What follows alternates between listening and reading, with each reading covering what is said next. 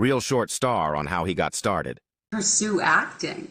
So I was an athlete like my whole life. That was like my big thing was sports. And then once my athletic career came to an end, I was kind of searching for the next thing to kind of fill that void.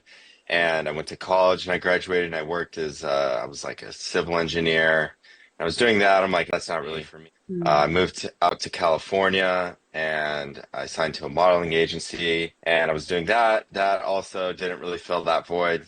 But everyone had always told me, like, you should get into acting class and try acting. I was like, okay. So I finally hopped into acting class and was going hard at it for like 3 months. And I was like, oh, this is a craft, sort of like, I was football. So it's like, sort of like sports where you're gotta always be practicing on it. And it's something that's never fully mastered, something you can always Yeah. be working on. So I was in acting class for like 3 months, and then my roommate comes to me. He's like, dude, I just got hit up to do this show.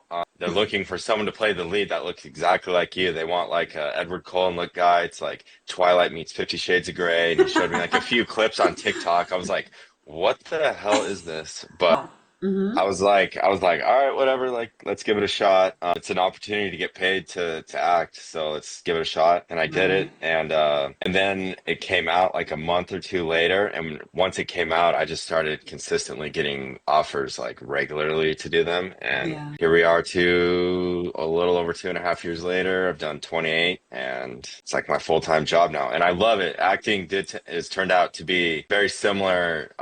To like sports in the way that there's all like it's like you go to your shoot and you're like, oh, that's game day, and then you go to acting class and it's like that's practice, and then Right. I'm always reading books and watching movies. There's like all these things that I can always be doing to get better and get good at it, and I really enjoy it. And now that I've like kind of gotten in a groove with it, I understand just acting as a craft a lot better than I did at the start, for sure. So it's fun. Yeah.